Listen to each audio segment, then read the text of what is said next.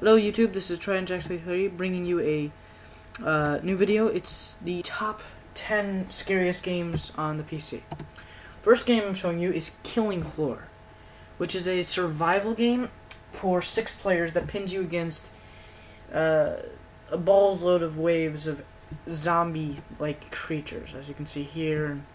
It's pretty hard depending on what difficulty you're playing as. There's many different special infected, like this guy, which is the Flesh Pound. You can buy guns like the Deagle, the laser cannon, shit like that. Not very scary, but if you're playing on a hard difficulty, it's really hard and terrifying. Next game we have is BioShock, which is when the first one is a lot more scary than the second one, because you don't have a lot of resources and it's just kind of a new experience to everybody. You see, you can use plasmids and normal weapons. You got a health bar. It's just kind of a basic first-person shooter, but with the occasional jump scare. Next thing we have is Fear, which is First Encounter Assault Recon. It's a first-person shooter that's got a shitload of kind of creepy parts because you're trying to find this chick named Alma.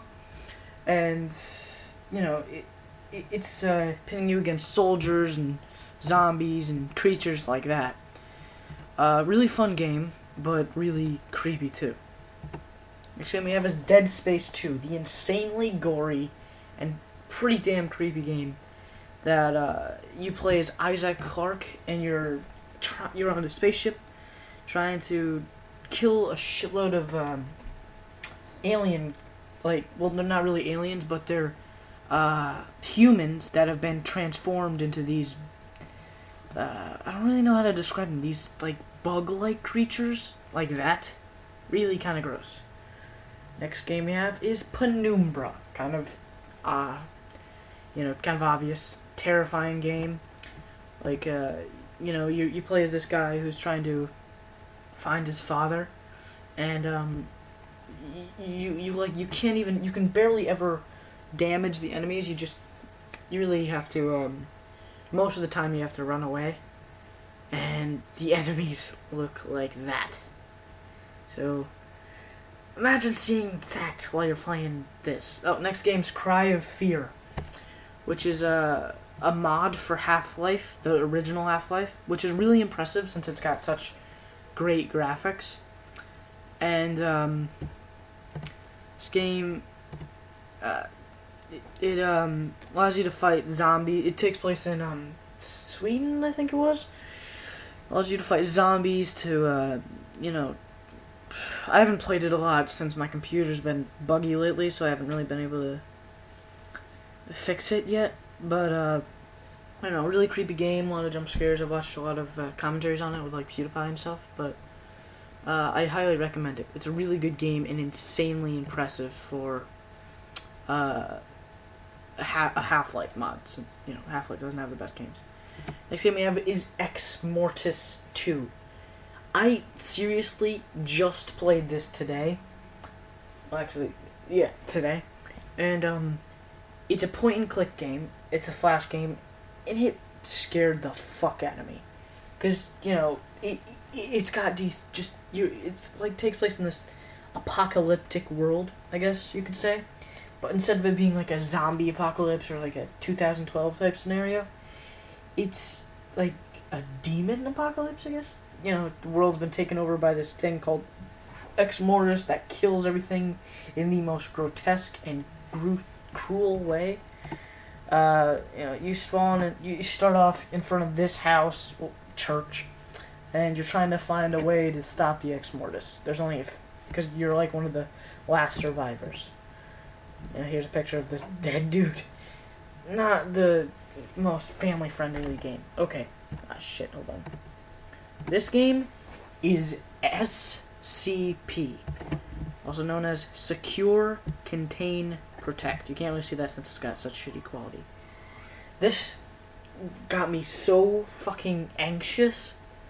I was screaming like a little girl for 5 minutes afterwards. Okay, when I tell you about it, it's gonna seem so stupid and boring, that, you know, you're gonna be like, "Yeah, what a pussy." But it's just you going down an endless stairwell. I mean, it's not like a straight stairwell, like it turns every once in a while, like it turns every floor, and there are occasionally like rooms and tunnels and stuff. But Jesus, and you see things that just makes it so much worse. It's scary on its own because you know something's gonna come up, but you see and hear things every once in a while, and these things are completely randomized, so you have no fucking clue what's gonna happen next. See, you're just going down a staircase. You know, it's there's the thing. I don't even know what the fuck it is. It's like, I just call it the mental because that's what the pictures named it. That's not a really good picture of it, but it's got like this like really toothy smile, and it's just like a white mask. Really fucking creepy. Shit. Hold on. Nightmare House 2. This is a mod for Half-Life 2 Episode 2. If you have that game, stop this video, just pause it, because, you know, it's not over yet. Pause the video, go over, and get this right now. It is an amazing game. I highly recommend it. Not just because it's terrifying, but because it's really, really good. And, in this game, you are being hunted by Emily in this hospital, and in the first game didn't have like the first game was like 30 minutes long, and it didn't have any story at all. You were just being chased by this chick, and you're in a hospital fighting down zombies and you know, just basically zombies, and trying to get the fuck out, find this doctor named Dr. Romero. I don't believe that's a reference to George Romero. Since it has zombies, maybe it is, but you're being chased by this chick named Emily, who's this, you know, it's that chick, and, you know, that's kind of the zombies that you fight. It's just got these terrifying sequences. I just call them nightmare sequences, where it plays this creepy sound, and like, your vision's fucked up, and you can't use any of your weapons, and then just something absolutely terrifying happens. And then we have, of course, Amnesia: The Dark Descent. This game, it makes the little girl and all the gamers come out. That didn't sound right, but it just makes, it could make fucking Chuck Norris scream. I very rarely use like Chuck Norris jokes. I don't know. That's just a way of putting it if you're a fan of Chuck Norris or something. I don't know. But there are two types of enemies in this game. The Grunt, which you're seeing right here. Sorry, not the Grunt. This is the Brute. The Grunt you'll be seeing next. I personally hate the Brute, or I personally dislike the Grunt more than the Brute, because the Grunt, well, you'll see in a sec, it looks a bit more disturbing than this. In this game, you're equipped with a lantern and a bunch of other... Well, basically, the lantern's the only thing you can actually hold in your hand. You get no weapons throughout the entire game. So, if an enemy is near you, you're completely fucked, basically. Unless you can find a place to hide or run away. And it's also a problem, because say you're hiding in a closet and you peek open the door a little bit and you stare at the enemy, you slowly lose sanity, and then you start to like rustle around, and then it rips open the closet door and kills you.